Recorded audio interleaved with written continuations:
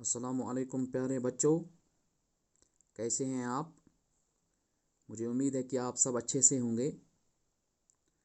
आज 14 सितंबर 2020, subject mathematics और topic जो है 8th क्लास का मेंसुरेशन। दूसरी एक्सरसाइज हम पढ़ने जा रहे हैं। इसके कुछ क्वेश्चंस हमने सॉल्व कर लिए हैं। क्वेश्चन नंबर 6 तक हमने सॉल्व किए हैं। आज हम क्वेश्चन नंबर 7 से आगे देख लेंगे। आप अपनी टेक्स्ट बुक को आगे रख के क्वेश्चन को देख सकते हैं। ये दूसरी एक्सरसाइज है मेंसुरेशन की। इसका क्वेश्चन नंबर 7 आप देख लीजिए। क्वेश्चन नंबर 7 कहता है कि the floor of A building consists of 3000 tiles which are rhombus shaped and each of its diagonals are 45 centimeter and 30 centimeter in length. Find the total cost of polishing the floor if the cost per meter square is ₹4। पहले आपको सवाल समझना है। इस question में कहा गया है कि एक बिल्डिंग है, उसका जो फ्लोर है उस फ्लोर को 3000 टाइल्स लगे हैं, जिन टाइल्स की शेप जो है वो रोम्बस जैसी है। क्योंकि आपने रोम्बस पढ़ा है, उस रोम्बस का एरिया अगर हम देखते हैं, रोम्बस का एरिया के लिए फार्मूला है, एरिया निकालने के लिए एक फार्मूला है 1/2 of diagonal 1 multiply by diagonal 2, अगर डायगोनल 2 दिए गए होंगे। तो फिर आगे कहता है सवाल वाला, हर कोई डायगोनल जो इस टाइल का है, जो टाइल रोम्बस शेपड है, एक है 45 सेंटीमीटर और दूसरा है 30 सेंटीमीटर, यानी कि आपको दोनों डायगोनल्स दिए गए हैं। अब आपको यही फार्मूला लगानी है 1/2 ऑफ D1 मल्टीप्लाई D2। फिर आगे कहता है find the total cost of polishing the floor. आप टोटल कॉस्ट बता दीजिएगा कि कितना खर्चा आपको आ जाएगा इसको पॉलिश करने में। फिर आगे कहता है कि अगर पर मीटर स्क्वायर पर खर्च आता है ₹4, तो आप बताओ कि इस पूरे एरिया का टोटल कॉस्ट जो है वो कितना आपको आ जाएगा। तो हम इस क्वेश्चन का सलूशन जो है हम करने जा रहे हैं। हम लिख लें, हम लिखेंगे, हम सीधा इसमें डायरेक्ट फॉर्मूला लगाएंगे। क्वेश्चन नंबर 7 है ये।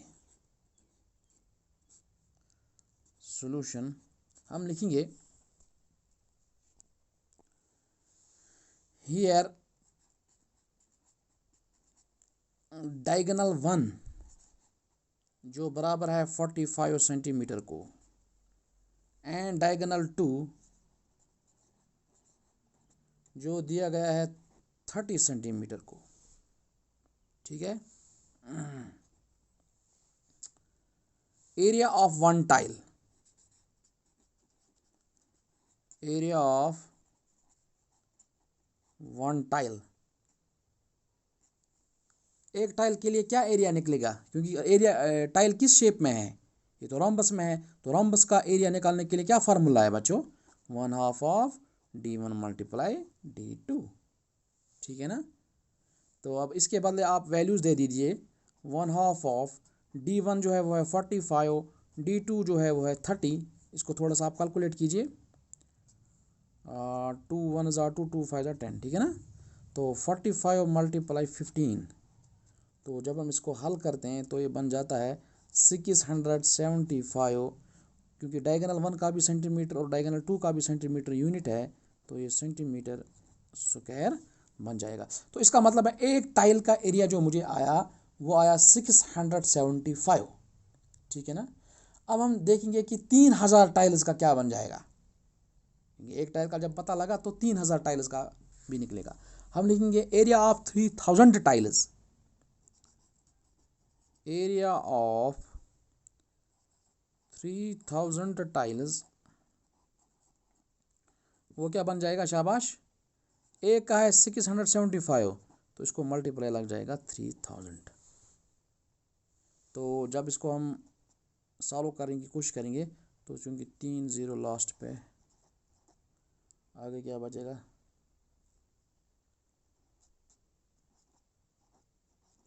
ये तो बड़ा सा बन गया, इसका भी सेंटीमीटर स्क्वायर। अब इसको हम थोड़ा सा चेंज कर लेते हैं।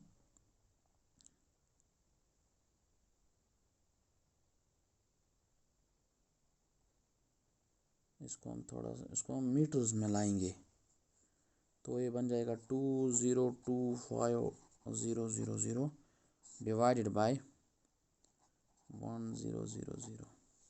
ठीक है ना। तो ये हल होके जब इसको इसे डिवाइड हो जाएगा 202.50, अब ये मीटर्स में आ जाएगा, मीटर स्क्वायर। ठीक है ना। हाँ, इसको हम लिख लें फिर, cost of polishing the floor per meter square is equal to 4 rupees, क्योंकि ये तो सवाल में दिया गया है। Also the cost of polishing the floor per square meter, ये तो दिया गया है 4 रुपीज़, इसको कहते हैं इंडियन रुपी। ठीक है ना। तो 4 रुपया लगता है इसको। तो cost of polishing the floor पर, अब हमारा कितना एरिया बना, 202.50 है ना। Therefore the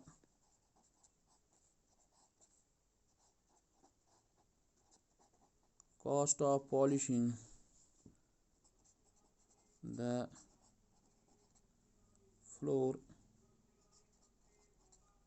per 202.50 meter square is equal to 4 multiply 202.50। जब इसको सॉल्व कर लेते हैं तो ये बन जाता है 810 रुपीज़। तो कितना आया, 810। इसका मतलब है कि 810 रुपया मुझे खर्च लगेगा इस पूरे फ्लोर को पॉलिश करने में। तो ये था आपका क्वेश्चन नंबर 7। अब इसमें क्वेश्चन नंबर 8 जो है ये भी बिल्कुल आसान है। ये ट्रिपिज्म जो आपने पढ़े हैं, ट्रिपिज्म के क्वेश्चन इसमें आए हैं। ठीक है ना। तो ये आप खुद कर लेना। तो अब मैं आपको लास्ट वाला क्वेश्चन जो इस एक्सरसाइज का है वो मैं आपको दिखाऊं। क्वेश्चन नंबर 11 है। क्वेश्चन नंबर 11 जो है, मैं इसको पढ़ लेता हूँ, आप देख लीजिए कि diagram of the adjacent picture frame has outer dimensions 24 centimetre into 28 centimetre and inner dimensions 16 centimeter into 20 centimeter. Find the area of each section of the frame if width of each section is same. देखो ये क्या कहता है, ये कहता है नीचे आपको एक डायग्राम पिक्चर फ्रेम बनाया गया है, उसकी डायग्राम बनाई गई है। उसके बाहर वाला जो डायमेंशन है उसका एरिया दिया गया है 24/28, उसका डायमेंशन दिया गया है 24/28, यानी कि इतनी इसकी लेंथ और ब्रेड्थ है। और इसका जो इनर डायमेंशन है उसकी लेंथ ब्रेड्थ भी दी गई है 16 और 20। सवाल हमें कहता है find the area of each section of the frame. आप हर सेक्शन का एरिया आप निकाल लीजिए if width of each section is same, अगर इनकी विड्थ एक जैसी है। देखो इस वाले क्वेश्चन को हम कैसे सॉल्व करेंगे। सबसे पहले हम इसको एक रफली डायग्राम में यहाँ पे इसको ड्रॉ कर लेता हूँ। क्वेश्चन नंबर 11 के लिए एक छोटी सी डायग्राम मैं यहाँ पर बना लेता हूँ। ठीक है ना।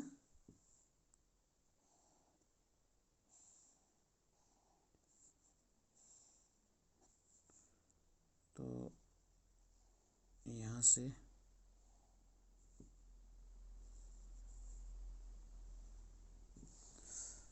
बात आ रही है समझ। ये है फिगर 1, ये है इसका एडजेसेंट अपोजिट फिगर 2। ठीक है। ऊपर से है फिगर 3, नीचे से है फिगर 4। ठीक। फिगर का पहली फिगर का यहाँ से एरिया है, बाहर का डायमेंशन जो है वो 28 सेंटीमीटर ये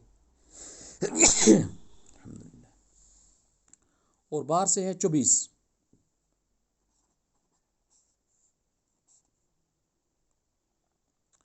अंदर से है इनर डायमेंशन ये है 16 और ये है 20, ये वाला 20, ये है 16। ठीक है, शाबाश। तो हमने हर सेक्शन का एरिया इस फ्रेम का निकालना है। तो देखो कैसे इसका एरिया हम निकालने की कोशिश करेंगे। इसका सोल्यूशन क्वेश्चन नंबर 11 का हम लिखेंगे, here two of given figures are similar in dimensions. Here two of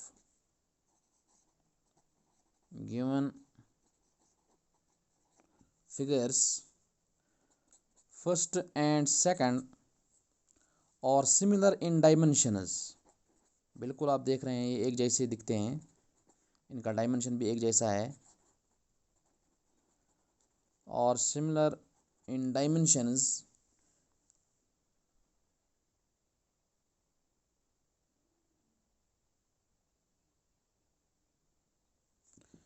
और एंड फिर हम लिखेंगे also figures 3 and 4 are similar.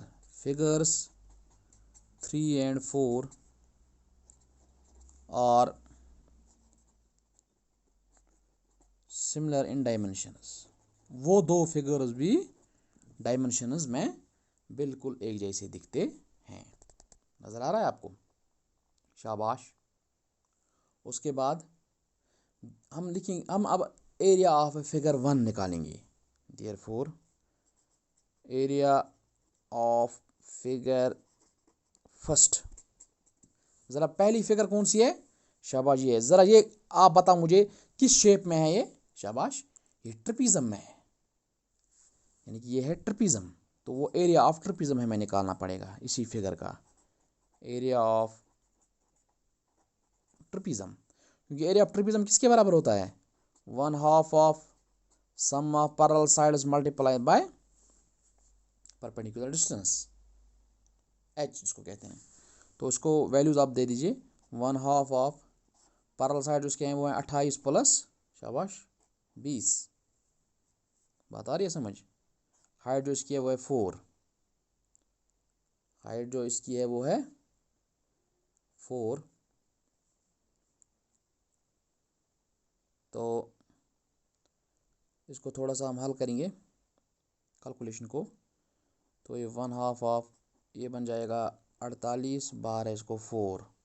तो इसको जब हल करेंगे तो ये 96 सेंटीमीटर स्क्वायर आ जाएगा। अब जो फर्स्ट फिगर है इसकी सिमिलर फिगर कौन सी है?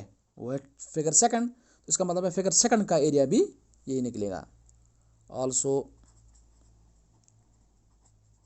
एरिया ऑफ सेकंड फिगर वो भी आ जाएगा 96 सेंटीमीटर स्क्वायर। ठीक है ना? हाँ। Now area of figure third. Now area of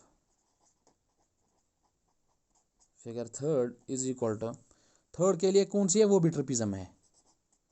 area of ट्रिपिज्म वो किसके बराबर है? यही फार्मूला है 1/2 of a plus b into h. तो इसमें आप वैल्यू दे दीजिए 1/2 ऑफ 24 प्लस 16 इंटू 4। तो इसको हल करके आपको निकलेगा लास्ट पर 80 सेंटीमीटर स्क्वायर। क्योंकि फिगर थर्ड जो है इसकी सिमिलर कौन सी है? Figure 4। Also area of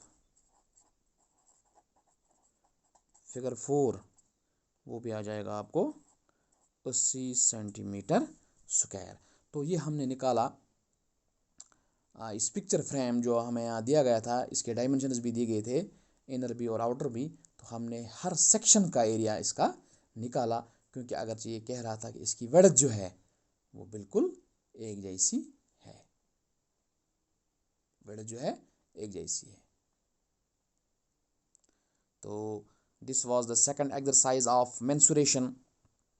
I hope कि you have understood all these questions, and the questions which remains which I didn't solve, these are assignments for you people. तो आप इनको सॉल्व करने की कोशिश कीजिए। अगर मेरी हेल्प भी आपको होगी then you should contact me।